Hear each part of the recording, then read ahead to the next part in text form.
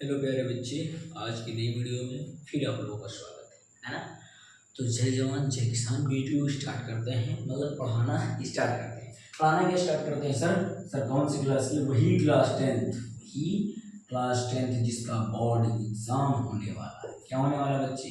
Board exam. Sir आपने अगली video में बताया था किसके बारे में? रासायनिक अभिक्रिया के बारे में।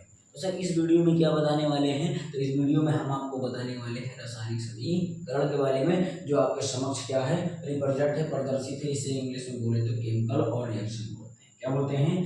केमिकल का मतलब मैंने बताया रिएक्शन होता है, रासायनिक होता है, रिएक्शन का मतलब समीकरण। रिएक्शन ना बोलकर इसे बोलते हैं इक्वेशन। क्या बोलते हैं? इक्वेशन। सॉरी, इसे क्या बोलते हैं? इक्वेशन बोलते हैं। क्या बोलते हैं बच्चों? इक्वेशन मतलब क्या होता है? समीकरण। क्या होता है बच्चे? इक्वेशन का मतलब क्या होता है? समीकरण। जैसा कि आपके सामने तीन वो समीकरण दिया गया है। क्या दिया गया है? तीन वो, मतलब थ्री आपको इक्वेशन आपको दे रखा है, ठीक है। तो पहला इक्वेशन क्या दिया रखा सर? हाइड्रोजन और क्लोरीन गैस का। हाइड्रोजन भी क्या है? गैस है। क्या बच्चे? गैस। और क्लोरीन भी क्या है? गैस है। अब इन दोनों को मैंने मिलाया तो क्या बन गया? HCl बन गया। क्या बन गया? HCl मतलब हाइड्रोक्लोरिक अम्ल बन गया। क्या बन गया भैया? हाइड्रोक्लोरिक अम्ल बन गया बच्चे। क्या बन गया? हाइड्रोक्लोरिक एसिड बन गया। मतलब अगर हिंदी में लिखना चाहो तो लिख सकते हो हाइड्रोक्लोरिक अम्ल। जो सर इसका काम का होता है आपने लिख तो दिया, हाइड्रोजन गैस और क्लोरीन गैस को मिला करके HCl बना दिया। HCl होती क्या है, ये कहाँ पाई जाती है, इसका क्या काम है, हमको तो नहीं पता। पता नहीं क्या लिख दियो सर जी। अरे बच्चा परेशान मत हो, डोंट हेजिटेट। इसका बहुत बड़ा महत्व है आपके जीवन में। कहा सर जी बता रहे हो, झूठ बोल? अरे बच्चे समझो तो पहले समझने की कोशिश करो। क्या समझाना चाह रहे हो? अच्छा सर बता ही दीजिए, आप ही अपनी जिद कर लीजिए, ठीक है, हमारी जिद करने तो दीजिए। बच्चे ये आपका जो आपकी बॉडी के अंदर इंटरनल पार्ट में, कहाँ पर? इंटरनल मतलब अंदर की ओर क्या पाया जाता है? स्टोमच। अरे सर यू का है मतलब अमाशय। क्या? अमाशय मतलब सर जी अमाशय जहाँ पर खाना इकट्ठा होता है। हाँ बच्चे वही की बात करते हैं। क्या इकट्ठा होता है? खाना इकट्ठा होता है। भोजन आप लोग क्या खाते हो? इडली खाते हो, डोसा खाते हो, चाउमीन, बर्गर, पिज्जा, ये सब कुछ जितना खाते हो सब कहाँ पर इकट्ठा होता है? अमाशय पे। कहाँ में? अमाशय में। जो बैग जो देखा, बैग में जिस किताब में भर के लेके जाते हो स्कूल में, विद्यालय, ठीक है, जैसे उसमें भर लेते हो कॉपी, पेन, पेंसिल, रबड़, कटर इत्यादि चीजें क्या कर लेते हो? भर लेते हो। खाने वाली भी चीजें उसी में डाल लेते हो। और खाने वाली जो चीजें बैग में डालते हो वही जाते हो अपने इस वाले बैग में डालते हो। कहाँ पाया जाता सर जी? यहाँ पाया जाता। कहाँ पाया जाता? अमाशय। यहाँ पर पाया जाता है। ये सर जी अमाशय में होता है। अमाशय में क्या होता है सर? यही ना सर जी? अरे गधे समझो तो सही, बिल्कुल होता है। क्या होता है? स्टमच में क्या पाया जाता है बच्चे? आपका HCl पाया जाता है। HCl का मतलब हाइड्रोक्लोरिक पाया जाता है। सर जी आय का हाइड्रोक्लोरिक एक अम्ल है। अम्ल क्या होता है सर जी? अगले वीडियो में, सॉरी अगले पार्ट मतलब सेकंड चैप्टर में बताया गया है अम्ल क्षार लवण के बारे में, तो उसमें आप लोग डिटेल्स बता देंगे। नहीं सर जी हमको अभी बताइए। अरे भैया परेशान मत करो। अच्छा सुन लीजिए, क्यों इतना परेशान? अम्ल किसे कहते हैं? यही बात है ना, और तो कुछ है नहीं, यही तो बात है, यही है ना, ठीक है। चलिए, अम्ल उसे कहते हैं जो खाओ तो खट्टा खट्टा लगता है। ऐसा लगता है, टेस्ट में, स्वाद में खट्टाई। जैसे कच्ची अम्बिया खाओ, का खाओ? आंवला खा लो, नींबू का जूस हो गया, सब कैसा होता है? खट्टा होता। ई सर जी तुम भौतिक मॉडल बताओ, देसी परिभाषा हमको नहीं चाहिए, तो तुमको कौन सी चाहिए बदतमीज? अरे सर जी चलिए ठीक है, आप परेशान मत करिए सर जी को। अब तुमको रासायनिकों वाली परिभाषा बता दें। सर जी अच्छा, रासायनिक जिस किसी भी आयन पर, सॉरी जिस किसी भी यौगिक में H पॉजिटिव आयन पाया जाए। H पॉजिटिव आयन का मतलब सर जी मतलब धनात्मक चार्ज पाया जाए। गधे क्या पाया जाए? धनात्मक चार्ज पाया जाए, उसे हम क्या कहते हैं? अम्ल। तो क्या सर जी में धनात्मक चार्ज है? बिल्कुल है गधा। देख इस पर H पॉजिटिव, इस पर Cl नेगेटिव, अब सर जी Cl नेगेटिव तो बताया नहीं। अरे इतने बदतमीज हो, मंडी की और साड़ी उठा के देख लीजिए, उसमें जो हेलोजन फैमिली का है वो हेलोजन फैमिली का तो है। हेलोजन क्यों नाम पड़ा? क्योंकि इस पर सारे चार्ज क्या होते हैं? माइनस के होते हैं। होते कि नहीं होता है? इसीलिए इसका नाम क्या पड़ा? हेलोजन फैमिली से ये तत्व क्या करता है? रिलेट करता है या बिलोंग करता है। कौन? आपका क्लोरीन। ठीक है, तो हाइड्रोजन पर कौन सा चार्ज? प्लस चार्ज, इसीलिए क्या बन गया? अम्ल। कौन सा अम्ल? हाइड्रोक्लोरिक अम्ल। कहाँ पाया जाता है बच्चे? अमाशय में। तैयार हो गया, मतलब आपको समझ में आ रहा है? आप तैयार हो? अब मानने के लिए तैयार हो कि नहीं? हाँ सर जी बिल्कुल हो गए ना। अच्छा, अब आगे देखेंगे इसकी आपके जो अमाशय होता है उसमें मात्रा कितनी होती है सर जी? 0.205%। कितनी होती है बच्चे? 0.205%। सर जी मतलब कुछ नहीं होता है। अरे इतने तो बहुत होता है गधे। इतने में आपका क्या होता है? पेट में जाता है, भोजन में मिलता है और भोजन को क्या करता है? अच्छे से डाइजेस्ट करता है। कौन हेल्प करता है? हाइड्रोक्लोरिक अम्ल। सर जी पढ़ावत कार हो, पढ़ावे काला। चलो अच्छा, फिर से आइए दूसरे रिएक्शन। ठीक है, दूसरे में क्या लिया मैंने? सोडियम और क्लोरीन। क्या ले लिया? सोडियम और क्लोरीन। ये क्या बन गया? Sodium chloride. अरे सर जी इसको तो हम जानते हैं। इसको जानते हो? हाँ सर हम जानते हैं। क्या जानते हो? सोडियम क्लोराइड के बारे में आपको कैसे पता चला दीदी? अरे सर जी हम जानते हैं। अरे क्या जानते हो? अच्छा सर इसको हम लोग क्या करते हैं? खाने में उपयोग करते हैं सर जी। अच्छा वो वही जो आप लोग जो भी चाहे सर जी जितनी अच्छी चीज बना दो, चाहे जितनी अच्छी चीज बना दो, उसमें अगर आप NaCl नहीं डालोगे तो सब बेकार। कैसे गधे? अरे ये सोडियम क्लोराइड है, कैसे बेकार हो जाएगा? सोडियम क्लोराइड डालने से आपका खाना बेकार हो जाएगा, उसका स्वाद है बेकार। हाँ सर जी बेकार हो जाएगा। अच्छा इसका बताओ साधारण नाम क्या होता है? नहीं पता। इसका साधारण नाम हम नहीं बताएंगे, आप लोग बताएंगे। अच्छा सर जान लीजिए, इसका साधारण नाम होता है नमक। क्या होता है बच्चे? नमक। हाँ बच्चे बहुत अच्छा तुमने बताया था कि नमक के बिना सारा खाना क्या हो जाएगा? बेकार हो जाएगा। क्या हो जाएगा? टेस्ट में मजे नहीं आएगा, तो खाना कैसा लगेगा? अच्छा लगेगा? नहीं लगेगा ना। हाँ तो यही होता है नमक का सूत्र NaCl। अब जानेंगे सर जी का ही बराबर है नहीं है। क्यों? क्योंकि 2 में क्या सोडियम कितना है? 2 है। क्लोरीन कितना है? 2। यहाँ क्या कर देंगे? 2 से मल्टीप्लाई, है ना। तो 2NaCl मतलब क्या बोलते हैं इसे हम? Sodium chloride. क्या बोलते हैं बच्चे? Sodium chloride. क्या बोल देते हैं? Sodium chloride. अब सर तीसरा एग्जांपल क्या लिया? जिंक और हाइड्रोजन सल्फेट। क्या बना? जिंक सल्फर और हाइड्रोजन गैस है। तो जैसे गैस आपके घर में तो LPG गैस तो होती होगी, जिसका फुल फॉर्म क्या होता है बच्चे? LPG। LPG का मतलब होता है लिक्विड। लिक्विड का मतलब होता है द्रव। और P का मतलब होता है बच्चे मेरे पेट्रोलियम। क्या होता है? पेट्रोलियम। G का मतलब होता है गैस। तो जो लिक्विड पेट्रोलियम गैस होती है आपके घर में, जिस पर खाना बनता है, जिस पर आप लोग क्या करते हो? मजे लेकर खाते हो और सेहत बनाते हो। बनाते कि नहीं बनाते? बनाते हो, है ना। चलिए ठीक है, ये तो हो गई इंटरेस्टेड बात है। ठीक है, अब जानते हैं लिक्विड पेट्रोलियम गैस क्या क्यों आपने जिक्र किया यहाँ पर वीडियो में या फिर इस व्हाइट बोर्ड पर? जिक्र इसलिए किया कि आप लोग क्या करते हो? लिक्विड पेट्रोलियम गैस का स्विच ऑन की बजाय ऑफ की बजाय ऑन करना क्या सॉरी ऑन की बजाय ऑफ करना क्या करते हो? भूल जाते हो। और गैस क्या होती? निकला करती, प्रॉपर निकलती रहती है। और एक समय आता है कि आपकी जो टैंक होती है किसकी? लिक्विड पेट्रोलियम गैस की, वो खाली हो जाती है। कैसे? क्योंकि ये कैसी होती है? गैस। और गैस में ना तो कोई भार होता, ना कोई आयतन होता, कुछ भी नहीं होता। तो उसी प्रकार हाइड्रोजनों तो क्या है? गैस ही तो है ना। हाइड्रोजन क्या है? गैस है। तो ना इसका भार, ना कोई आयतन, ना जैसे हवा में पाया तुरंत सर दे कहाँ? क्या हो जाता है? तुरंत भर दे बाहर। कहा जाता है?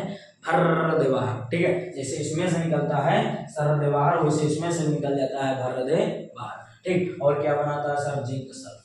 अब सर जी तुम पढ़ावतकार हो, समझाए का दी हो, मेरे कुछ समझ में नहीं आवा। अब समझो, अभी तो आया है नंबर समझने का, इसका अंडरस्टैंड का, समझने का। क्यों इसको पहले लिख कर लाया था? क्योंकि आपको समझ में आ जाए। अब रासायनिक समीकरण क्या होता है? रासायनिक क्रिया तो हमने क्या किया बता दिया आप लोगों को। अब रासायनिक समीकरण बताएंगे। अब रासायनिक समीकरण होता क्या है? तो जो आपको रासायनिक ये सब क्या लिखे हैं? रासायनिक क्रिया तो लिखिए, 1 2 3 तीनों क्रियाएं तो लिखी है ना। अभिक्रिया है कि नहीं है ना। तो मैंने क्या बताया था? अभिक्रिया का क्या बताया था कि जब आप क्या करते हो, दो तत्वों को या फिर दो पदार्थों को जब आपस में मिलाते हैं तो क्या बनता है? एक न्यू पदार्थ बनता है, नया मैटर बनता है ना। बनता है कि नहीं बनता है? बनता है ना। ठीक है, अब आगे जानेंगे। फिर आपने दो तत्वों को आपस में मिलाया, कोई नया पदार्थ पदार्थ बना, दो पदार्थों को मिलाया फिर एक नया पदार्थ बना। लेकिन सर जी ये देखो यहाँ तो एक पुराना एक और बन गया, गधे तो गैस है तो तुरंत उड़ जाएगी, पदार्थ कैसे बनेगा है? बनेगा नहीं बनेगा ना।